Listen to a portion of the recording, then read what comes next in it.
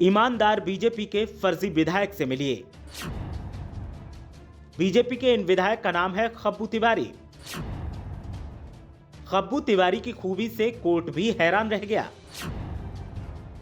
अब जेल की सलाखों में कैद हुए आदर्श पार्टी के आदर्श विधायक। विपक्षी दल बोले बीजेपी के लिए पर उपदेश कुशल बहुतेरे।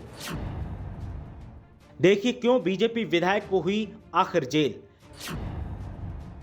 आखिर किस जुर्म की मिली खब्बू तिवारी को सजा। अक्सर मर्यादा, सभ्यता, शालीनता का पाठ बीजेपी के नेताओं को पढ़ाते हुए सुना होगा। ये सारे उपदेश बीजेपी के नेता अक्सर कर विपक्षी दलों के नेताओं को देते हैं और खासकर सपा के नेताओं को देते हैं, जिसमें पीएम मोदी से लेकर सीएम योगी तक शामिल हैं। लेकिन ये सारे उपदेश बीजेपी के नेता तब भूल जाते हैं जब बात उनके अपने साथियों पर आती है। आदर्श चरित्र का दावा करने वाली बीजेपी के एक विधायक की ऐसी पोल खुली है कि पर उपदेश कुशल बहुतेरे वाली कहावत बीजेपी का पीछा नहीं छोड़ रही है और बीजेपी की जमकर किरकिरी हो रही है। दरअसल बीजेपी विधायक इंद्र प्रताप तिवारी उर्फ खब्बू तिवारी को सजा का ऐलान हुआ है, जिसके बाद विपक्ष हाथ धोकर नहीं बल्कि नहा धोकर बीजेपी के पीछे पड़ गया है, क्योंकि सजा का ऐलान फर्जीवाड़े को लेकर हुआ है। और अब आप सोच रहे होंगे कि ऐसा क्या विधायक खब्बू तिवारी ने कर दिया, तो फिर कहानी का पहला अध्याय यहीं से शुरू करते हैं। दरअसल अयोध्या की गोसाईगंज सीट से बीजेपी विधायक इंद्र प्रताप तिवारी उर्फ खब्बू तिवारी को 29 साल बाद फर्जी मार्कशीट केस में एमपी एमएलए कोर्ट ने दोषी करार देते हुए 5 साल की सजा सुनाई है। 29 साल पहले साकेत महाविद्यालय में अंकपत्र और बैक पेपर में कूट रचित दस्तावेज के सहारे धोखाधड़ी और हेराफेरी करने के मामले में विधायक के साथ ही छात्र संघ के पूर्व अध्यक्ष और सपा नेता फूलचंद यादव और चाणक्य परिषद के राष्ट्रीय अध्यक्ष कृपा निधान तिवारी को भी कोर्ट ने दोषी माना और 5-5 साल की सजा के साथ साथ 13-13 हजार रुपए का जुर्माना लगाया। सजा के बाद विधायक और 2 अन्य दोषियों को जेल भेज दिया गया।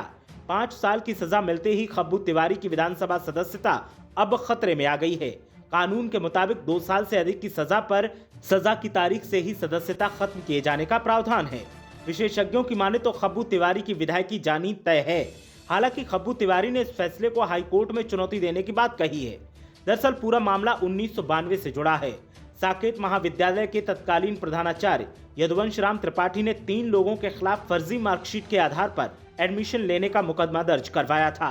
आरोपी फूलचंद यादव ने बीएससी प्रथम वर्ष की परीक्षा 1986 में फेल होने के बावजूद बैक पेपर परीक्षा के बाद भी बीएससी द्वितीय वर्ष में प्रवेश ले लिया था। इसके लिए उन्होंने फर्जी मार्कशीट का सहारा लिया था।